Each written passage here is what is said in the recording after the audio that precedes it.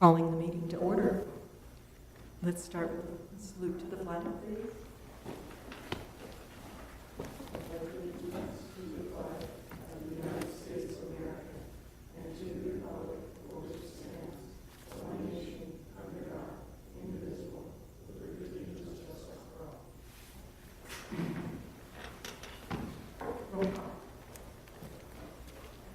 All righty. Commissioner Purvis?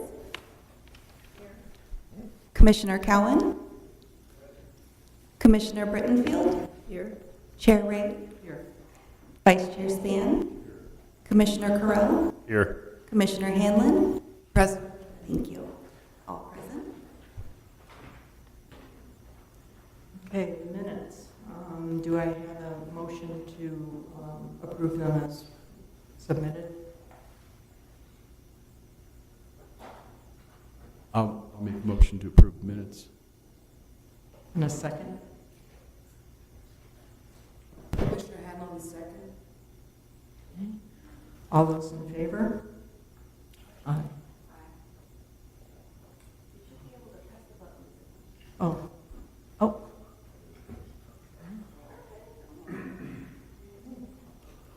Perfect. Unanimous. Thank you very much.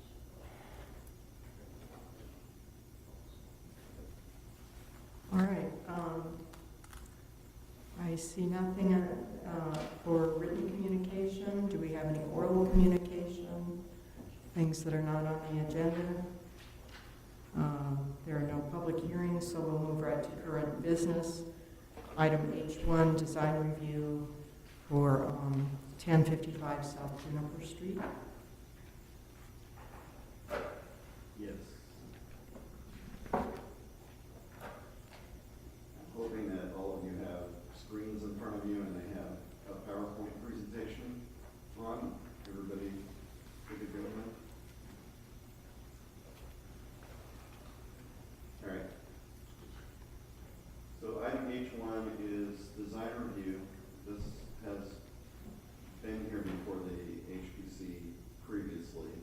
It's a 1920s house. It's in the OEN. It's a code enforcement case. There's a couple of pictures here, one the current picture and one from 1989 from our survey book. We noticed in the 1989 photo that the window on the far right in the front seems to be different, and now there's matching windows there, which are wood casement windows.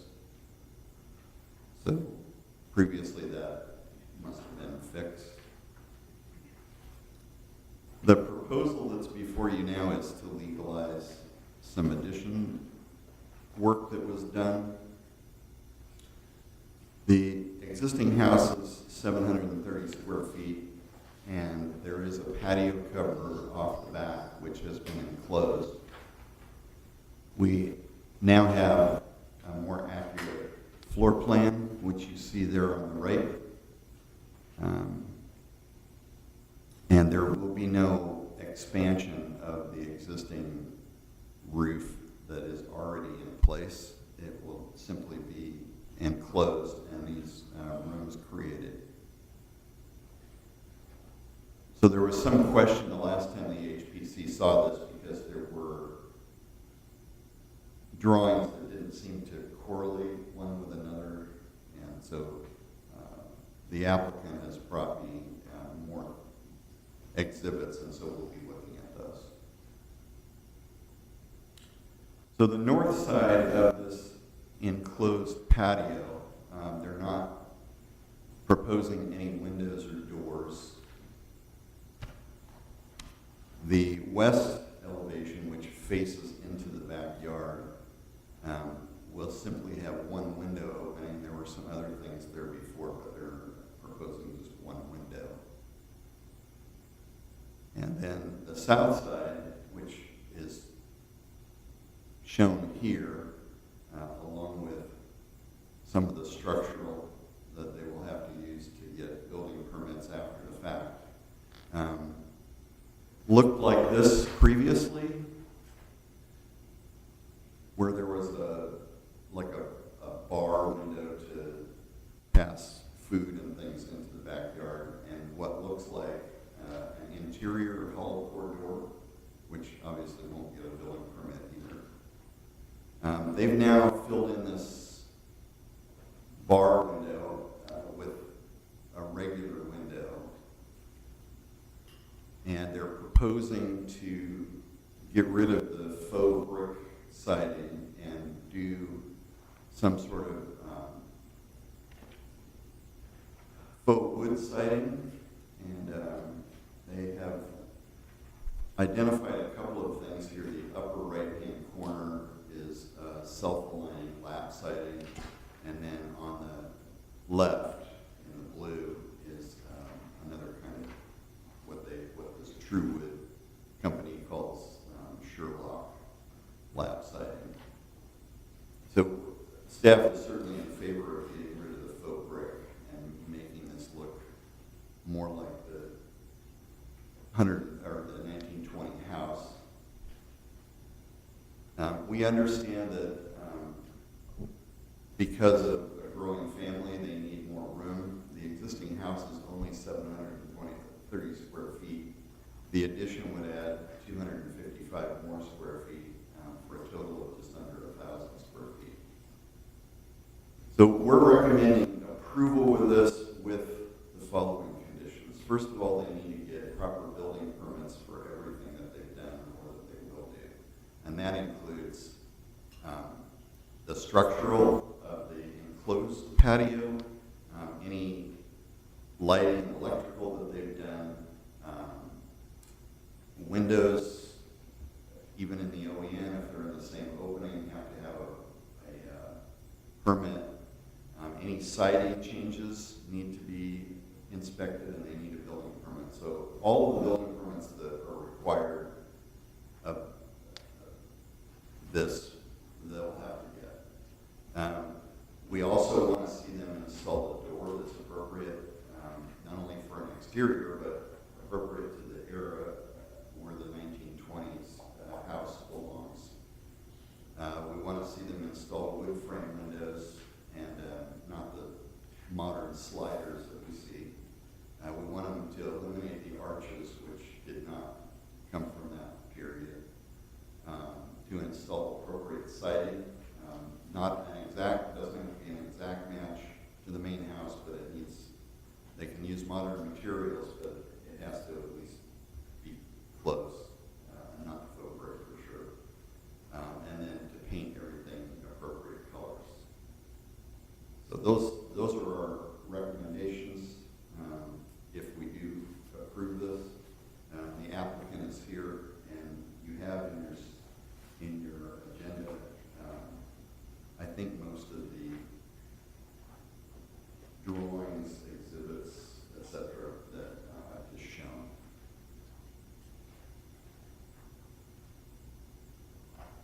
Okay. Any commissioner comments? Commissioner Carell, I think this is his third time back to our meeting. The only thing that I would say, I mean, you've done a much better job. This looks a lot better than it did when I first got here. Are we able to tie into this approval, getting rid of the plastic carport in the front yard and all of that kind of stuff to make sure that gets all taken care of? That's a good question. This is a code enforcement case, and the code enforcement officer, I spoke with him this morning. He's working on quite a list of things for them to do. Most of those are out of the purview of the HPC. Okay. We're here specifically for design review on a historic house in the old Escondido neighborhood. Okay, so that's being taken care of separately. It will have to be, yeah. If those other things are not remedied that are violations of our zoning code, then they'll be cited. Okay, thank you.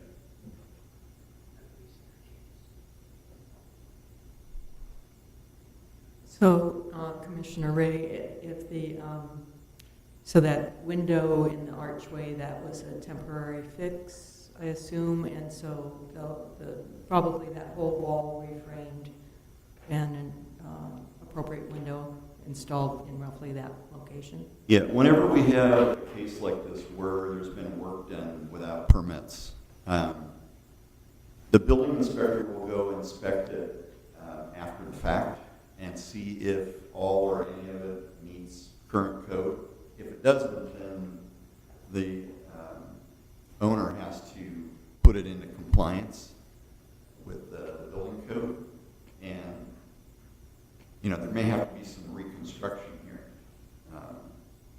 So that's up to the building department, and obviously they need to get a number of permits, and we'll have the inspector back numerous times. So it may be that staff is contacted, you know, a few months from now because they're in the process of redoing some things so that they meet modern code. But what you see here under these conditions are the kinds of things that we're looking for an end product. Okay, so there won't be any arches over the door or around the Well, windows? that's one of the things that we want to see go away. Okay.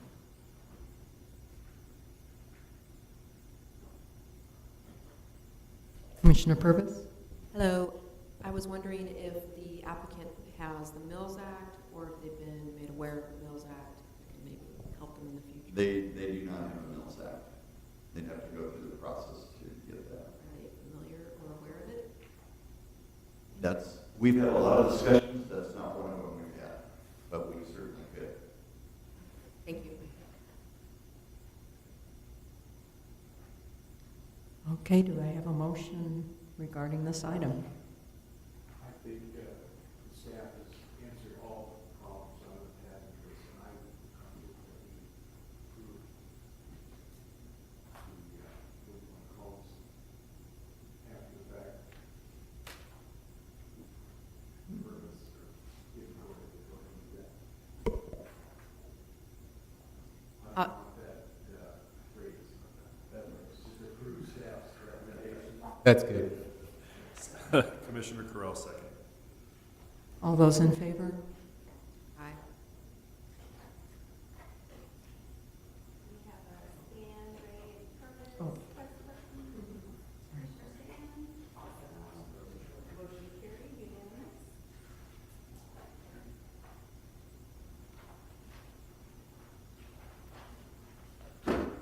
Chair Ray, prior to the next item, I think if you can ask if anyone has any disclosures, be appreciated. Okay. Any reason for excusing? Okay.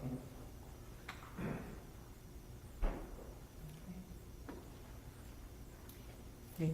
Note that Commissioner Correll has recused himself. For item H2, design review for 1048 Metcalf Street. Yes, this is a local register house, which is on about a 2-acre site, a little over 2 acres, I believe, on Metcalf. And the owner of the property, Robbie Williams, is here along with his engineer. It's an East Lake farmhouse. Used to be part of the Rock Springs Ranch when it was a much larger piece of property. And I understand that the first fair that was held in Escondido was on this property. So this is a front view. The picture that is in the upper left was probably how I saw it 3 years ago. Very bad shape. A lot of problems. Look, you can see the tarps on the roof. So I issued a re-roof C of A to the current owner, Mr. Williams, and he did replace the roof, or repair the roof, but then proceeded to do some other work on the site, and so this has come in as a code enforcement case. The picture in the lower right is how things look now. So there's been a lot of work done on the property, and it's rather complicated, so bear with me. We'll go through these items one by one. I also have a lot of material exhibits that Mr. Williams kindly provided to us that are in your staff report. Some of those I have as slides, not all of them. There's actually more material in what you were sent, and so we can refer to those too as we go along. So this is a plan that's been done within the last month, showing the property lines, the structures, the topography and grading, fencing, and other things that are on site. So right in the middle is the existing residence, the historic East Lake farmhouse. And then there's an existing garage there to the left, some other outbuildings further to the left, the west, and then a proposed ADU and garage up in the upper right. And then there's also driveways and grading that's been done that we'll talk about. So these are the things that have been done without the benefit of permits or approval from planning that are part of the code enforcement case. There are some other things that need to be cleaned up on the site, and Mr. Williams has done that. So these are the items that we're going to talk about here in HPC today. First of all, the restoration work. The East Lake farmhouse, as you saw from the pictures, was in pretty bad disrepair, and a lot of work has been done. And seems to us to be of pretty good quality. There were also some additions, however, made to the main house. There were also additions and modifications made to the garage, site grading. There's fences, gates, and landscaping that's been changed. There's some other outbuildings on the site, and there's also a proposed ADU, as I said. So we're going to go through these one by one. This is another photo from a different angle showing the house just a few years ago. You'll notice that there's a rear patio cover that's in pretty bad shape. And then there is an addition that you can see here on the right, which has much smaller width clapboard siding than the main house does. So I'm showing you this photo for two reasons. First of all, you can see the dilapidated condition that things were in, and certainly the old roofing needed to be fixed. But also the porch and this addition that was done on the right-hand side. If we go to the assessor's building record, you'll see D for dwelling up in the upper right. And then you'll see there to the left that there was indeed an addition done. And then you'll also see the porch called out on the rear of the house. So if we look now at what things look like, we'll see the house has been renovated, and the old addition that was done on the side of the house was basically removed, and a somewhat larger one was put in its place, using some of the same windows. None of the windows in the house have been taken out. They've all been rehabilitated and reused. And then the porch that was on the rear is now somewhat larger, obviously, in a different configuration. So these are some elevations that were done. Everything that was existing before and remains is in black. And then everything that was existing and has been removed is in red. And then all of the new additions are in blue. So I think this is a very helpful set of drawings to show what was removed and what has replaced it.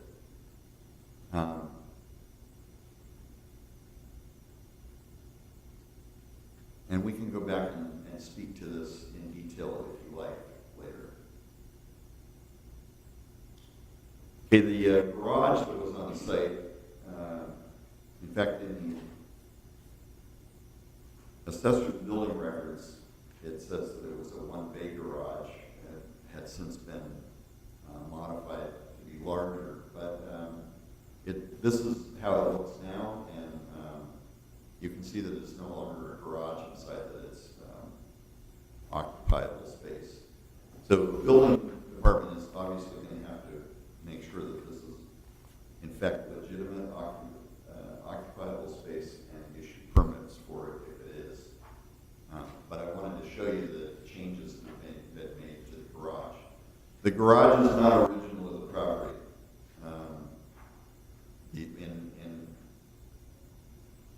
In the 1800s, the house was where it is now, and it had no garage. So the garage is a much later addition and not from that era at all.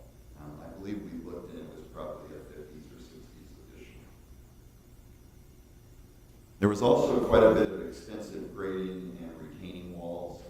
The applicant has hired an engineer to do after-the-fact drawings for grading permits and is working with our engineering department. Any permits that would be required would go through engineering, just the same as building permits would go through our building department.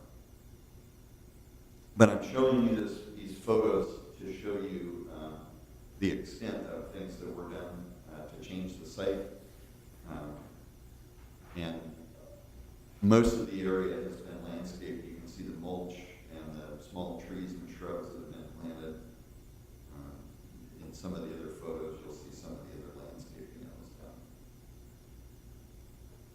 This is now when you approach the property, there is paving for a driveway entrance and back into the site. There's fences, pilasters, and this rolling gate. And then, of course, the landscaping is all new to the rock and the succulents and other drought-tolerant plants that are here are all new additions. There are also a couple of outbuildings, and this was seen on the far west side of the site plan, if you'll remember. So there's a cargo container and some other additions that have been done on the side, and you can see the retaining wall and the landscaping that's been put in. The construction trucks that are in the back and the porta potty that's there, those are all gone. So getting back to our site plan,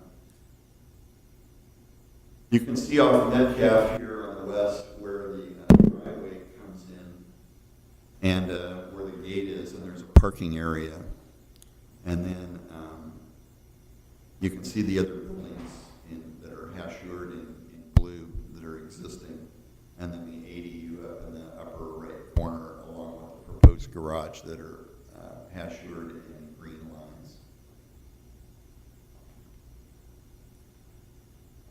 This is a set of drawings depicting the proposed ADU and its floor plan along with the garage. This has not come into us as an application yet for us to review fully, but I'm putting it here to show you sort of what they're proposing. With the state law, ADUs can be allowed in any single-family zone properties, including this one. And there's very limited design review control that we have because of state law. So as long as this meets the size requirements we're probably going to be okay with it. If you go back to the site plan, you can see that it's quite far removed from the main house on this 2.2 acre property. So again, to reiterate the 7 points that we wanted to cover, there was restoration work done to the house, the historic house. There were additions done to the main house. There were also additions and modifications done to the garage. There was site grading, fences, grading, gates and landscaping, other outbuildings, and then a proposed ADU.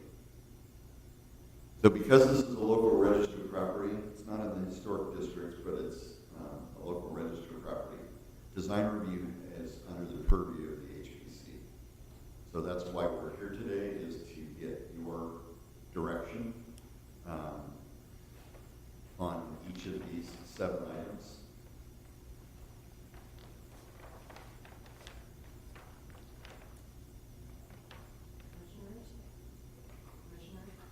Commissioners?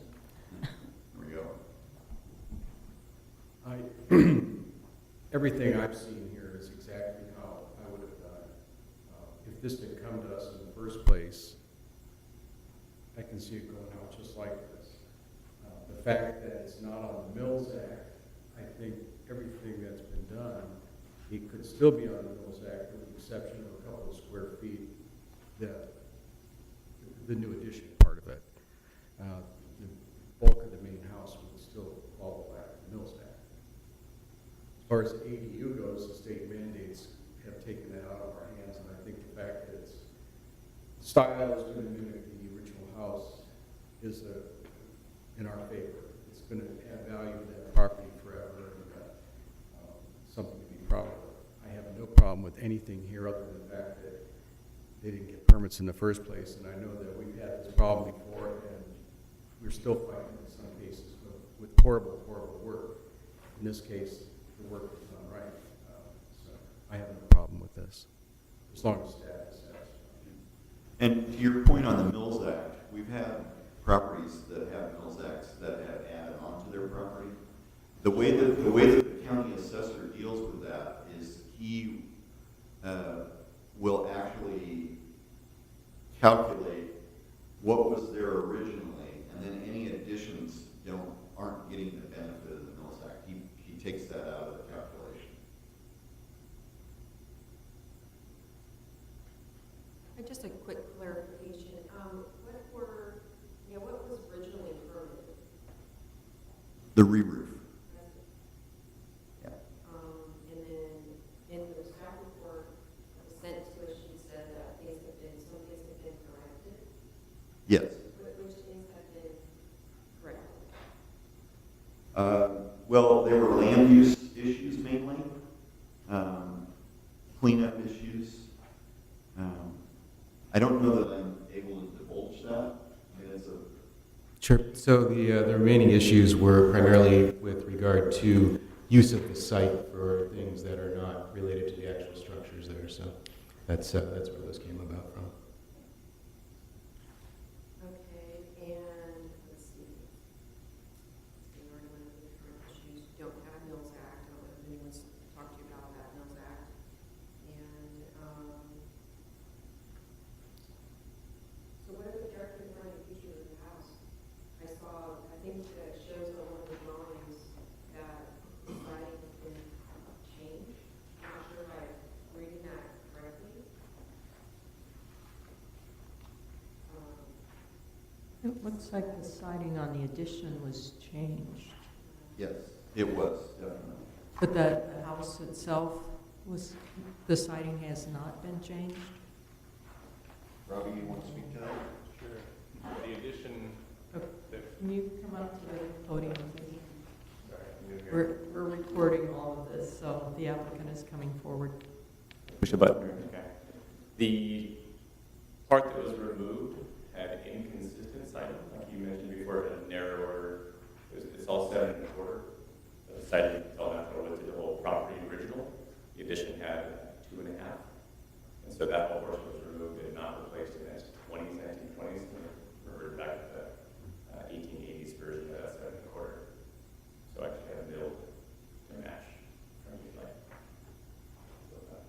non-conforming was removed, but the original was in it to the next step. I think on page 3 of the Victorians design, I think it says, I'm sorry, I can't really tell. I'm pretty sure it says, maybe there's a correction on the drawings, on this page, maybe off to the back. Around page 3 of the architects or the designers. I thought it said that it was the article. That's where I got confused with the addition. I think I can refer to it here. What did you write on there? He put party cement, which is what the ADU was going to put. I think you didn't have the information on that, so we just made a proposal on the ADU to help build the outbuilding. Yeah, it is natural, for 7 or no. Ship lot. That could be corrected, so then all the documents going forward would be nice to have it accurate. Yeah, they're still working on building plan sets for, we got an early copy, just of their concepts. No, I'm sorry, it's, I believe page 3 of the architectural drawing, the rendering. Of the original house. Or is used on the original, and I, if you could please correct that, so we can say that, so then for the record. I understand. Or if you got that, okay, thank you. And then I do have a question about the modifications. So there was, I just want to make sure I understand. So the front of the house faces the creek. I know, I can obviously identify, you can't see anything, you can't see the house. And then the back of the house, is that where the addition is? The extra expanded? Yes, if you drive up here on the west side on that half, the back of the house is facing you at that point. Okay. And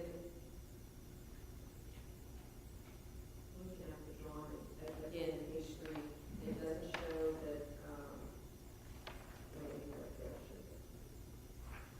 The French doors, so there's French doors that went in that were not originally there, and then it also shows 2 smaller windows, and I'm just kind of wondering, like, what's happening, what's going on right there in that particular area? Yeah. Okay, so the slide that's up now are these elevations, colored, so that you can see the red and blue. And then, let's see. All right, so this photo probably shows best what you're talking about, Commissioner Purvis. And this is the rear? Yeah, that's the part that was brand new.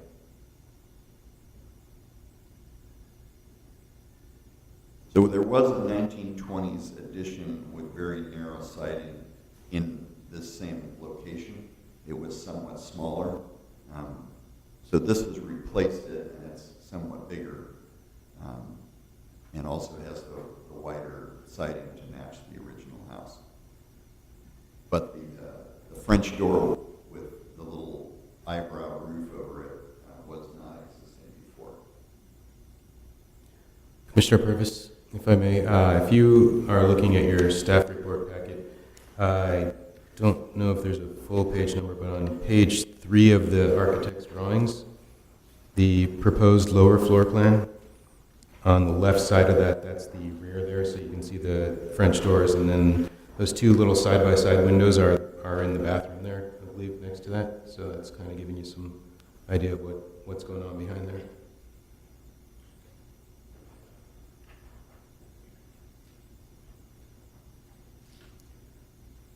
Commissioner Ray, it's unfortunate that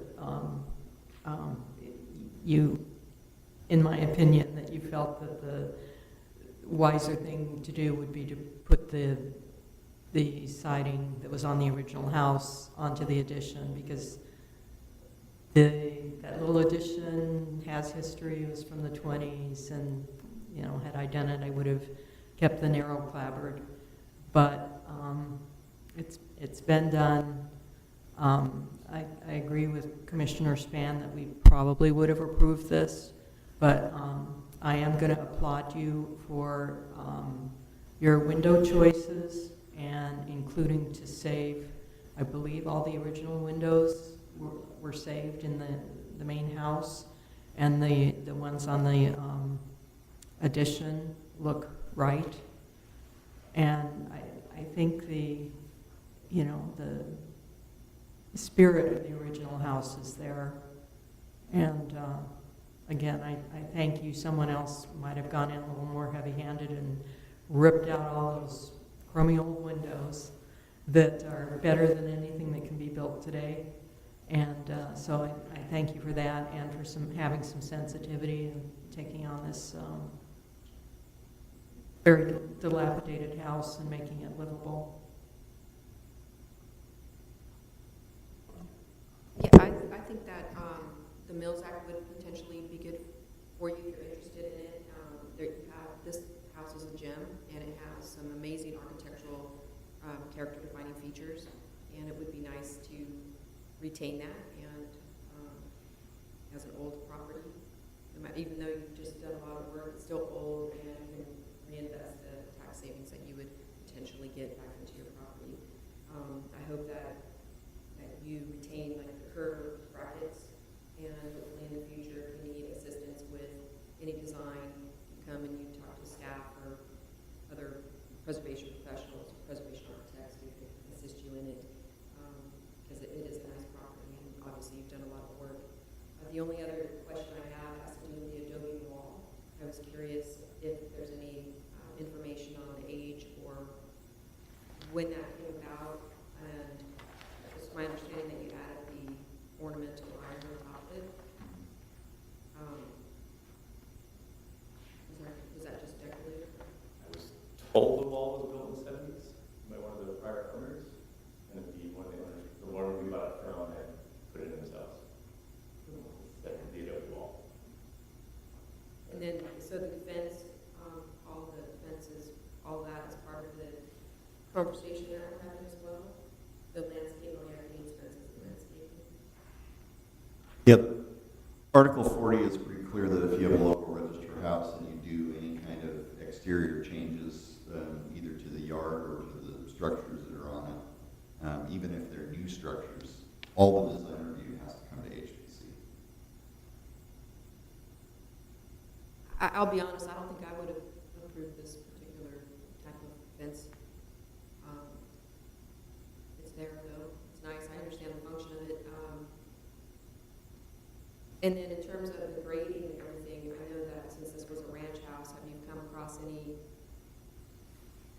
they're called middens? I think they're middens, not middens, for archaeological. Artifacts, I think. Yes. We haven't. There was pretty significant grading prior, and we didn't get very deep. We filled what we dug. So, unfortunately, yeah. Thank you.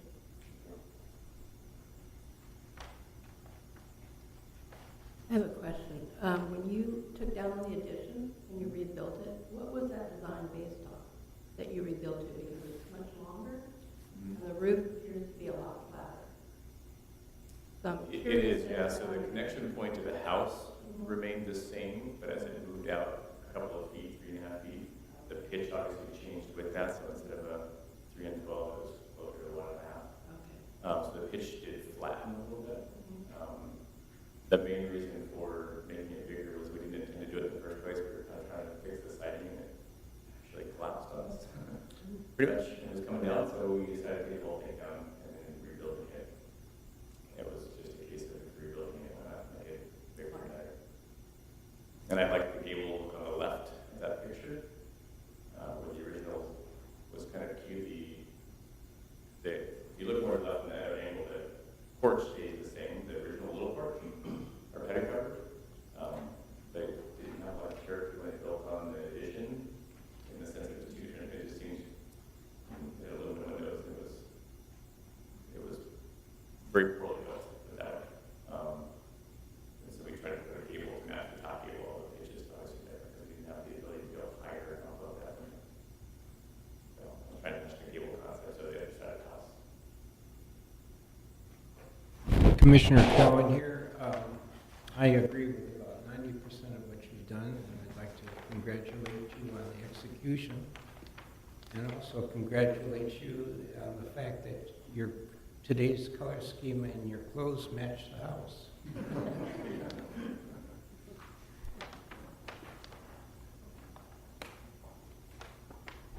Just one other thought.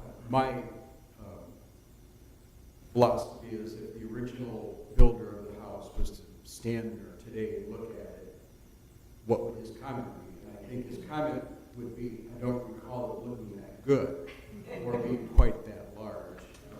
But if anybody else has, if there are no other comments, I move to approve staff's recommendation. If that's recommendation is that this is fine to you. No. Could we go back to the items that we needed to approve it? Sorry, let's make sure.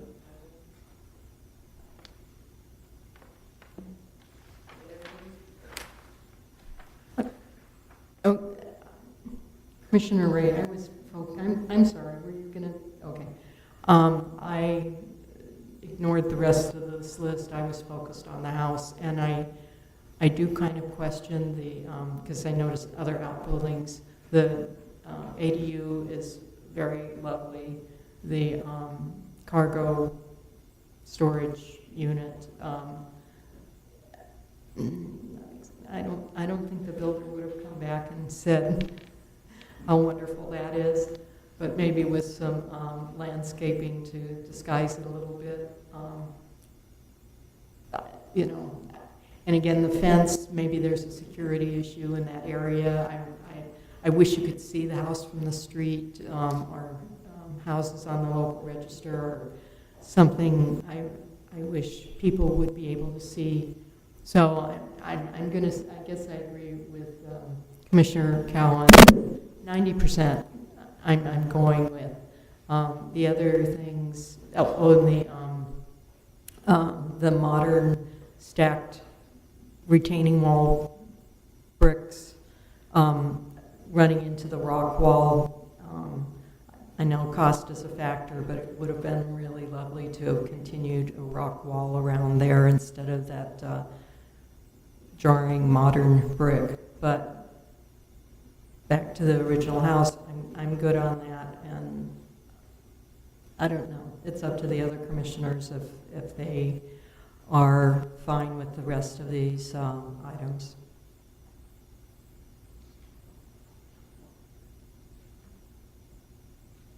Commissioner Hanlon, so Commissioner Span, is that motion carried, or is it? It's still on the floor, and I'm still making that. I'll second. Can you repeat the motion? Just to approve staff's recommendation. Oh.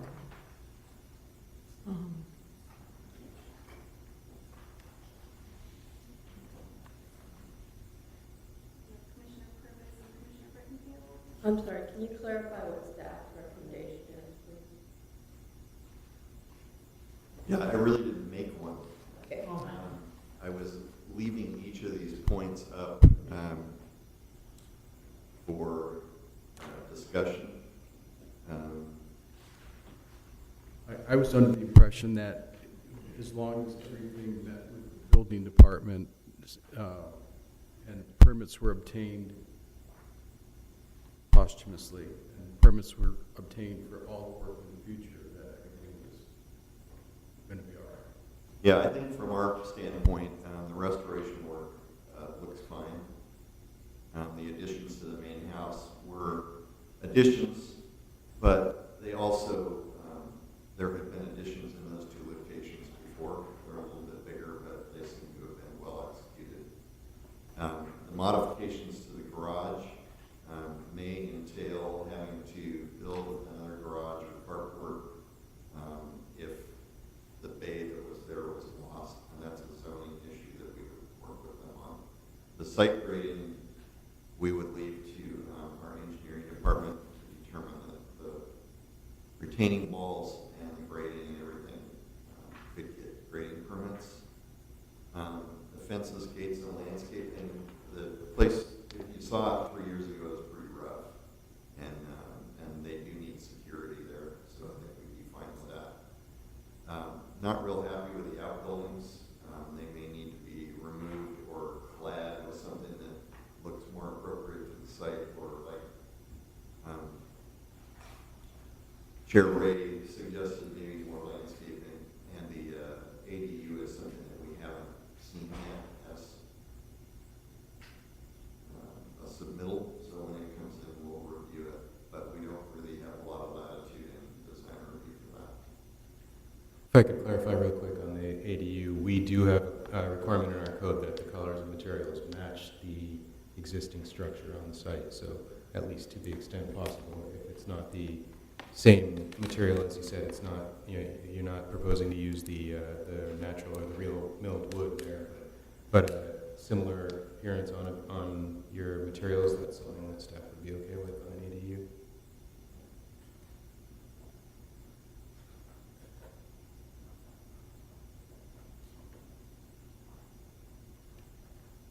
Okay, 4 yes and 2 no, and 1 abstaining. The motion passes.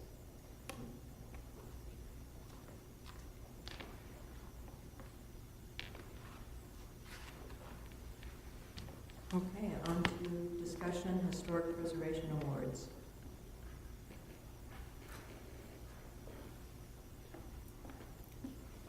So as you know, we had nominations for 3 awards this year. And we're going to go ahead with 2 of them.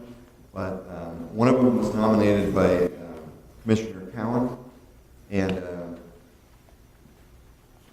he contacted me and said that he now has some problems with doing that, and to maybe hold off. And so that's what we elected as staff to do, is not go with this Adobe. I've forgotten the name now exactly how they call themselves, because they work through the History Center that's here. So Commissioner Cowan, maybe you can speak a little bit more to it and answer any of the questions that the commission might have. Yes, I researched it a little bit further and found out that, first of all, the group is not incorporated, and so, but it's fully functioning. But for the reason that they promote public events, they actually work through the History Center. And so everything they do is in the name of the History Center, so that the liability insurance will adhere to the functions they perform. And I also, in my research, found out that about 3 years ago or 4 years ago, the History Center was given an award for the Adobe tours. Now, so therefore, I felt it may not be appropriate. My proposal may not be appropriate because it may be a double reward. So that's the reason why I suggested that my nomination be withdrawn. Commissioner Ray, I have a question, Commissioner Cowan. Do you know who gave them the award 4 years ago? Because I don't, but I could report back next time we meet. Okay. Well, this body didn't award them, so I don't see make that award. Well, the information I got was that the city of Escondido had given the award. It may not have been from this committee. Okay. So, Chair Ray, if I may, I wasn't around here 4 or 5 years ago when the History Center may have been given an award, but in addition to the Historic Preservation Awards that are presented at the City Council meetings in May, the Mayor and City Council give individual awards at the State of the City breakfast annually, and it may have been the Historic Preservation Award that's given out at that event. So, just a thought that might be where it's coming from. Thank you. And I will say that I'm embarrassed to say that it was inappropriate for me to support that. nomination as well, because I am on the board of directors of the History Center, which benefits from that tour. So, Commissioner Cowan, I thank you for stepping up with some information, and you as part of that group. So, you know, I applaud them. They do wonderful things, but unfortunately, with the makeup of the commission as it is now, we'll have to pass as far as honoring them goes. I agree. Okay. Okay. Next item, oh, do we need to talk any more about the awards? I don't think so. Okay. Okay. Commissioner, does that mean we'll only be giving out the 2 awards? Correct. So I was able to get a hold of the owners of 538 South Citrus. It's Dennis and Karen Bortman, and they were delighted to know that they were being honored, and they're planning to come next Wednesday. The other award was for the golf craft building, which was repurposed and reused for the offices now for EDI. And I've been there, and they're functioning. Everybody loves it. It's a good use for the old building. So those are the 2 awards that we will be giving out, along with the mayor doing the proclamation for May, National Historic Preservation Month. Okay, if you need an old photograph of the golf craft building. That would be wonderful. I'm still working on the PowerPoint for that. Okay, I can get you one. There will be one in the history, the History Center book that's coming out. Perfect. That would be very helpful. Don't forget to include the fact that EDI is just about completely energy efficient. I mean, all the methane is burned, and it's incredible. Yeah, I'm the planner that's taken over that project now that Roseanne retired. So I've had many meetings, including one today with all the architects and engineers. And they're getting ready to submit building plans for the other final phases. So you'll see a lot of activity there in the next 2 years. Okay, now item H4, summary of California Preservation Foundation workshop. So it was my privilege last Wednesday to go to Palm Springs and attend both a morning and an afternoon workshop put on by CPF. And the one that I went to in the morning was all about the historic building code. And you should, up on the dais, each have a copy of the CHBC in its entirety. There is also another little handout that I gave you that shows all of the things that were covered in the workshop that morning. And then on the back side is a summary of what the CHBC is. And this was actually done by the Office of Historic Preservation, so it wasn't anybody associated with the CHBC that is making a summary, and it's interesting to see how they feel about it and what they think its strengths are. So I've included that there too. So there is a lot of really good reading in what I handed out, and we won't take time to read all of it. But I will touch on some highlights from the workshop that I went to. So the CHBC is, its focus is to help preserve structures and also to facilitate their continued use. So sometimes those 2 things don't work together very well, especially with modern building code. And the CHBC is, in my mind, an excellent effort to get the 2 sides together and to continue to preserve buildings but continue to let them be used. The CHBC document is only 38 pages long, and if you actually thumb through it, 4 of those are blank. So it's really not very long. 34 pages is, when you compare that to the Uniform Building Code, which is now 3 huge tomes and growing, this isn't very large, but it is a very special document. The language in the CHPC is really interesting. The word shall is not used very often, but there is one instance where it's used, and it says it shall be used by building departments. Interestingly enough, a lot of building departments are scared of the document and will not use it, or don't, or are hesitant to try and make sense of it.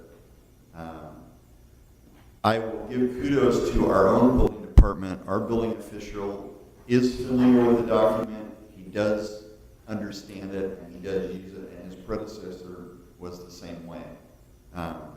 Which, having attended this conference and talked to other people that were there, it's not that way in their city. One of the difficulties of a building department using the California Historic Building Code is that it requires a lot of judgment be made. The words shall and must are not in there very often. The word may is in there everywhere. And so it requires the building department to make calls on things that maybe they're a little uncomfortable with. The CHBC is applicable to the 5 R's, and you probably already know these from preservation circles. And those are repairing, restoration, rehabilitation, reconstruction, and reuse, adaptive reuse of a property. And so all through the document, it refers to these 5 R's.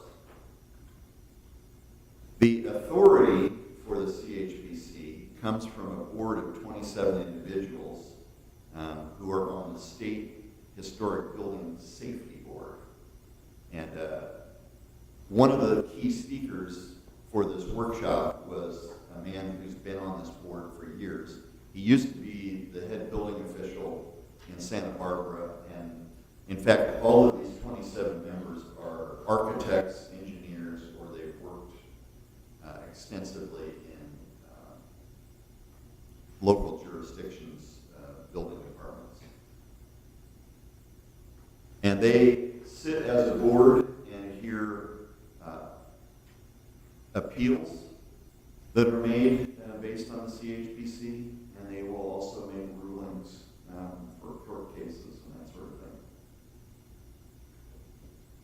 So the applicability of the California Historic Building Code is that if a building is listed on a national, state, or local register, that it's applicable.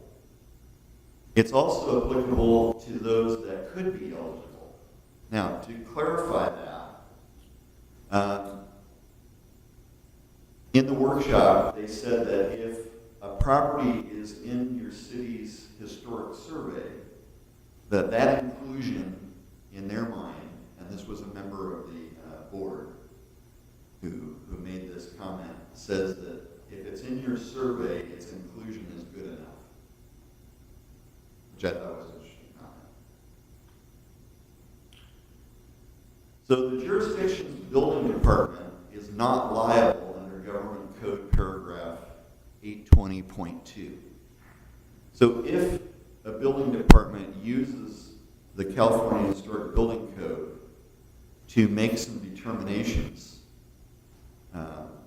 based on their best judgment and their investigation and inspection of the property and its materials,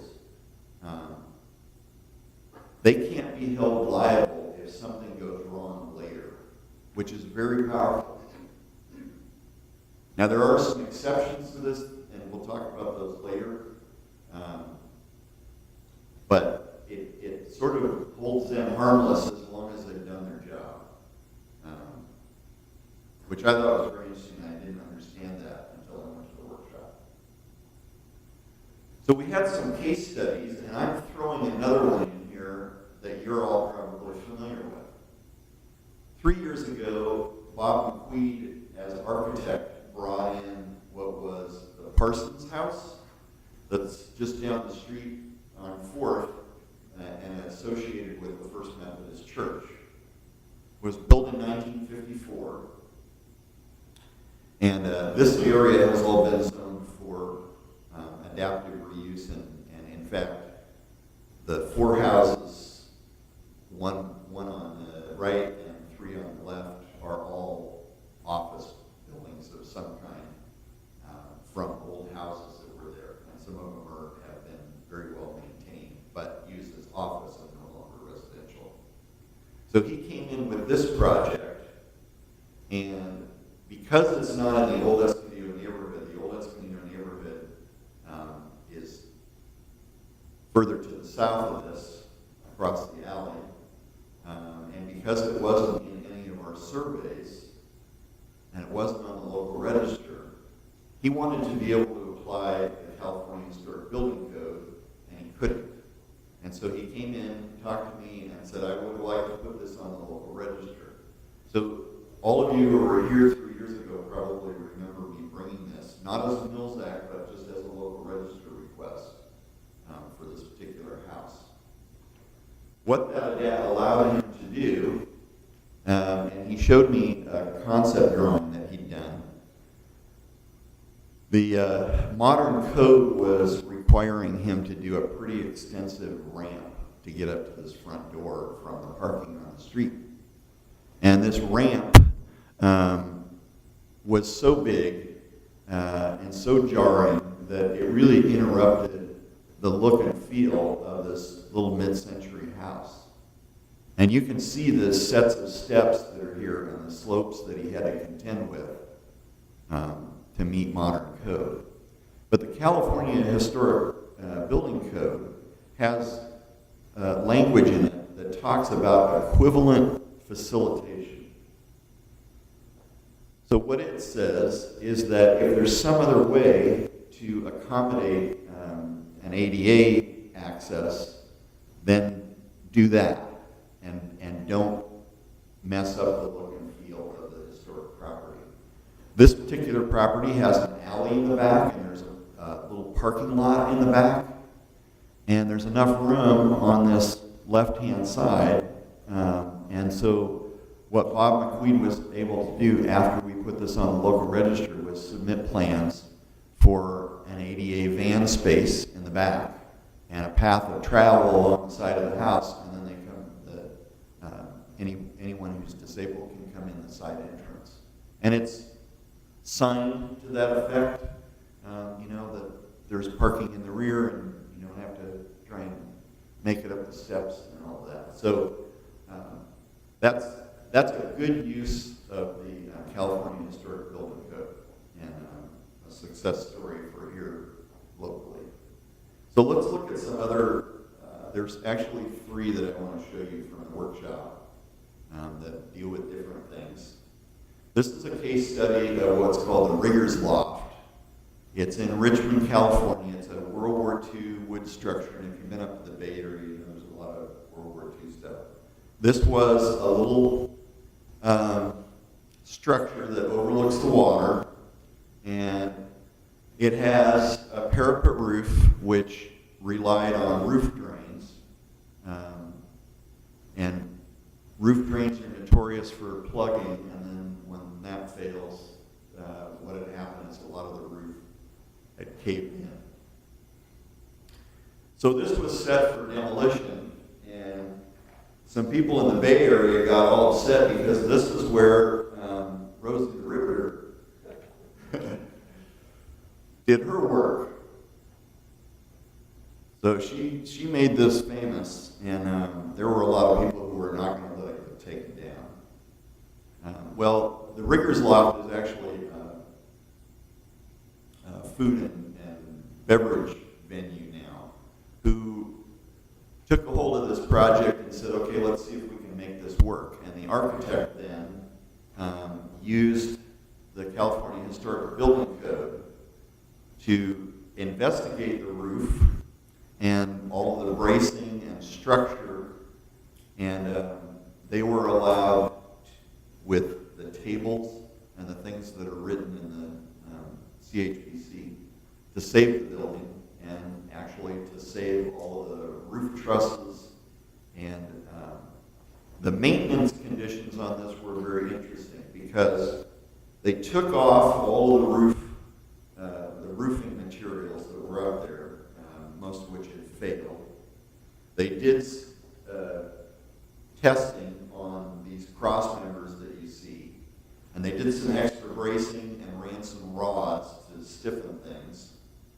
And then they were allowed so many pounds per square foot of roofing material up on this roof. And so that's what they put up there. They come really close to the maximum that this will be allowed to hold structurally. And so if they have new roof problems, they have to take the whole, they can't just re-roof over the roof that's there because that'll add too much weight. They have to actually remove that section and redo it. But it allowed Rosie's hang up to survive. The next case is for the LA County Hall of Justice. You may be familiar with this building in LA. It's a 1925 Beaux-Arts building. The 1994 Northridge earthquake damaged it along with a lot of other structures in LA. It was actually red tagged and was vacant for 15 years. So it's a beautiful building, and it had been cordoned off and left vacant, and somebody finally wanted to do something with it. And so they were able to rely on the California Historic Building Code. It's 8 stories in height. The first 5 floors are clad with stone, and then the top 3 are clad with terracotta. And the big worry for those that red tagged the building 15 years before were that now some of these pieces could come down and kill someone. So using the CHPC, they went in with ground penetrating radar and were able to ascertain where all the steel was in the building and also where all the links were under the masonry that held up each of these blocks that are the cladding of this building. And then they did some modeling and testing and were able to determine that the original builders had done an excellent job connecting all these, which from their inspections, they hadn't seen any of them fall out, and so they kind of assumed that. But until they did the things that the CHPC called for, they weren't confident enough. So now the building is inhabited and is back in its glory, but it took the CHPC to make the call for the building inspectors. Another LA building on Wilshire is a more modern building, a 1968 modern office building. And one of its key features is that it has these enormous 11 by 9 black glass slab windows across its entire face. And through repeated flexing, they were having lots of problems in the building. All the little offices that are behind each one of these windows was complaining that the wind was blowing in around the edges, and then when it rained, it was wet all over.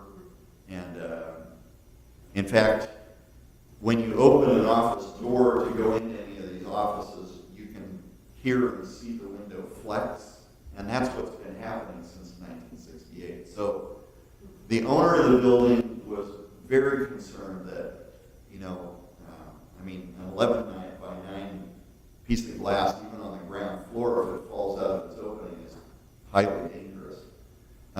They were afraid that they were in for a very, very expensive retrofit job.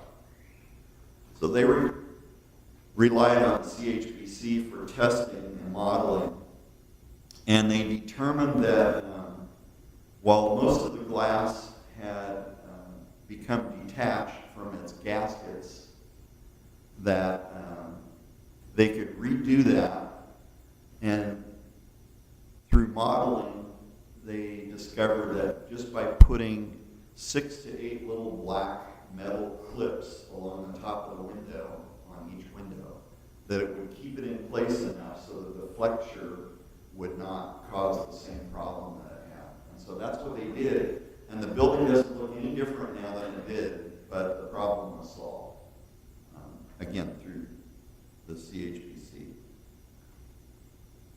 So some final takeaways.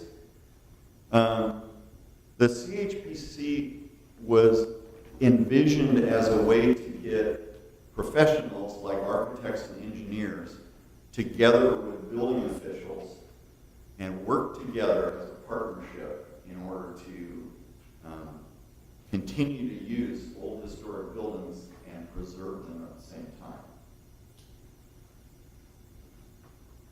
time. Having given you some of these case studies, the CHPC is not a way to avoid common sense. If there's something that needs to be fixed, all of the professionals that were there said fix it. Don't look for this as loopholes to get around things that would cause a safety problem later. Now, we talked earlier about where it doesn't apply. There are critical facilities, and those are in the definitions, which you'll find on page 3 and 4, which talk about hospitals and other venues, which if a seismic retrofit is in order, it's still required for critical facilities.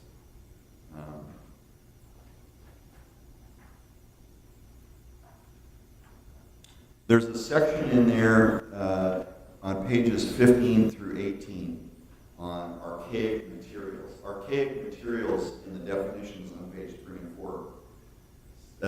Archaic materials are considered anything that was in use in 1950 or earlier. And if you look in there, there's 2 material strength tables that 8A and 8B, which have calculations and numbers in there that are not found in any other books. And those are the things that an engineer on a project can rely on for old materials. And how much weight, how much flexure, how much, can it handle? And as long as you follow that, then you're in good shape. There's also language throughout the CHPC that talks about not to exceed. If you have to go in with a project and replace a lot of things, there's actually numbers in there that you don't need to exceed 75%. Or there's a part in there that talks about bricks, and if you do PSI tests on them, you don't need to exceed 100 PSI with brick. And then when it comes to things like assigning R numbers for seismic in a historic building, the language is that those ratings can be rationally assigned. So you don't have to go to one extreme or the other. As long as you've done your homework and done your testing and you're confident and you make a rational decision on assigning a number, that's good enough for the CHPC.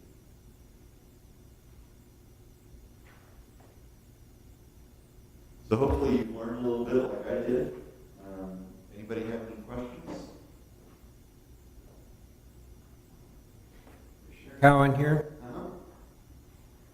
The fact that this exists, will take some time for me to integrate into my task here.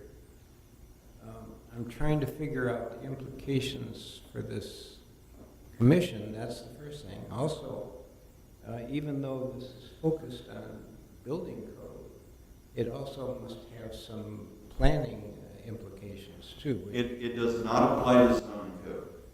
It only applies to the building code or engineering, some engineering that's in it. Okay, well, one question I have is with regard to our group here.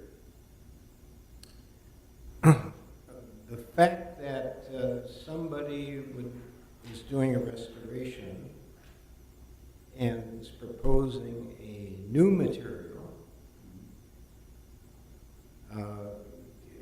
Does the existence of this code mean that if it was the commission's pleasure, the commission can say, no, you can't bring it, you can't use the new code, you have to use this?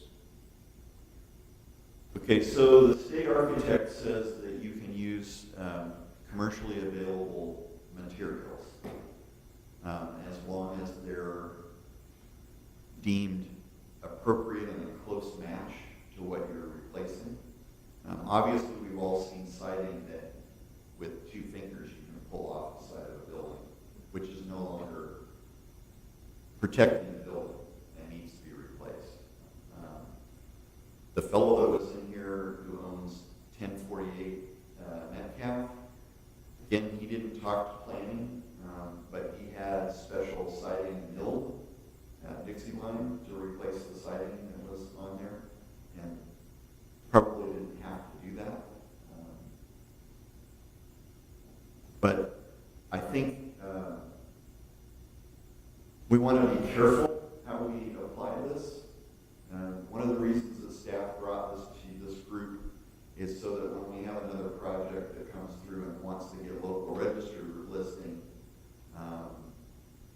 in order to do adaptive reuse like we saw that Parsons house on 4th, you'll understand where they're coming from and how they're trying to apply this. It's also interesting to read the tables, which with all the materials in there, Adobe is also talked about. You'll see things in there. Right now, on a building, you can't install an old-style fire escape. That's no longer in fire code. But on a historic building, you can. Yeah. Thank you.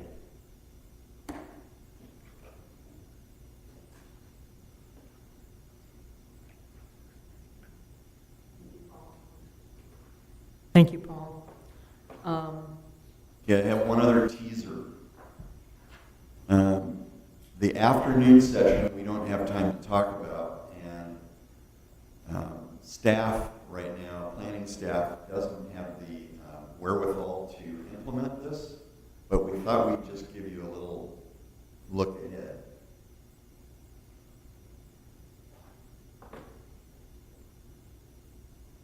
So what I went to in the afternoon was a hands-on with historic survey tools. And there were professionals there from other jurisdictions, from their GIS, planning, and building departments.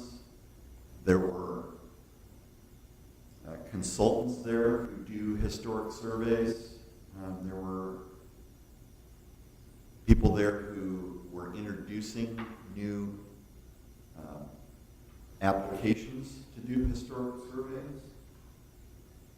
So all of these rely on either Google Maps or GIS data, and they can be used on a tablet or even your smartphone. And one of them we looked at was called Survey 123. Another one was called Collector for ArcGIS. And they're pretty remarkable. Another one we looked at was called AppSheet, which these are screenshots from a cell phone.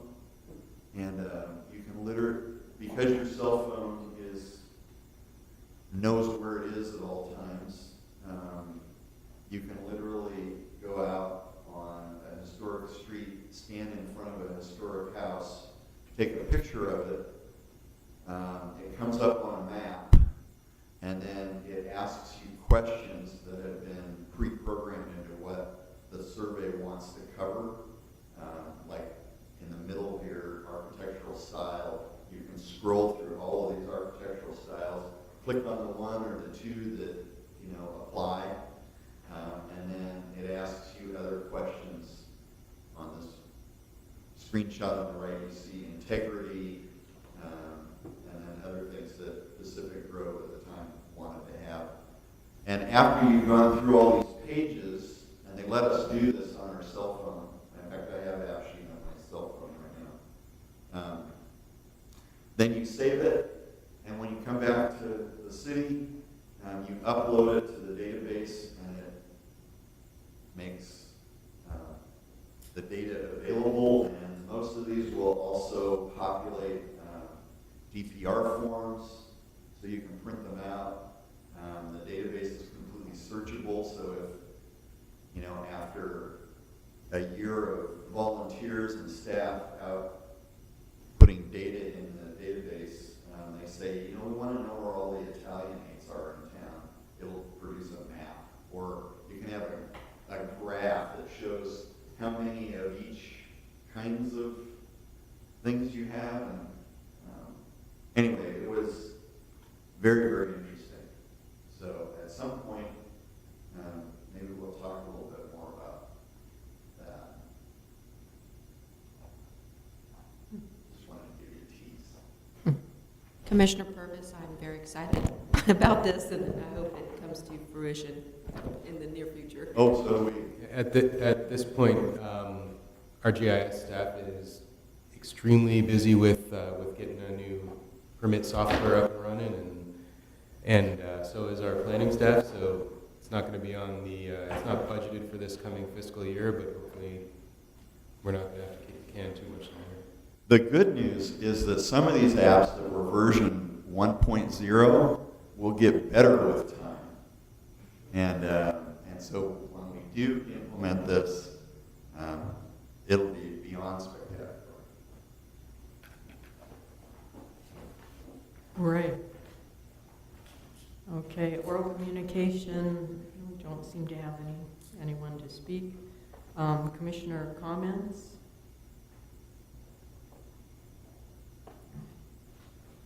There don't seem to be any. It is Historic Preservation Month, and I wish a very happy one to all my fellow commissioners. And thank you all for your efforts as far as historic preservation goes. Chair Ray, before you adjourn the meeting, how did Mother's Day home tour go? I wasn't involved this year, so Commissioner Stan? Marion, Commissioner Hanlon is on the board. We think it was a great success. We were blessed with the good weather. Commissioner Span? What do you We think? sold 410, 420 tickets. It was great. Great, good to hear. Thanks for asking. I think the mayor enjoyed it too. Awesome. Okay, with that, I adjourn the meeting.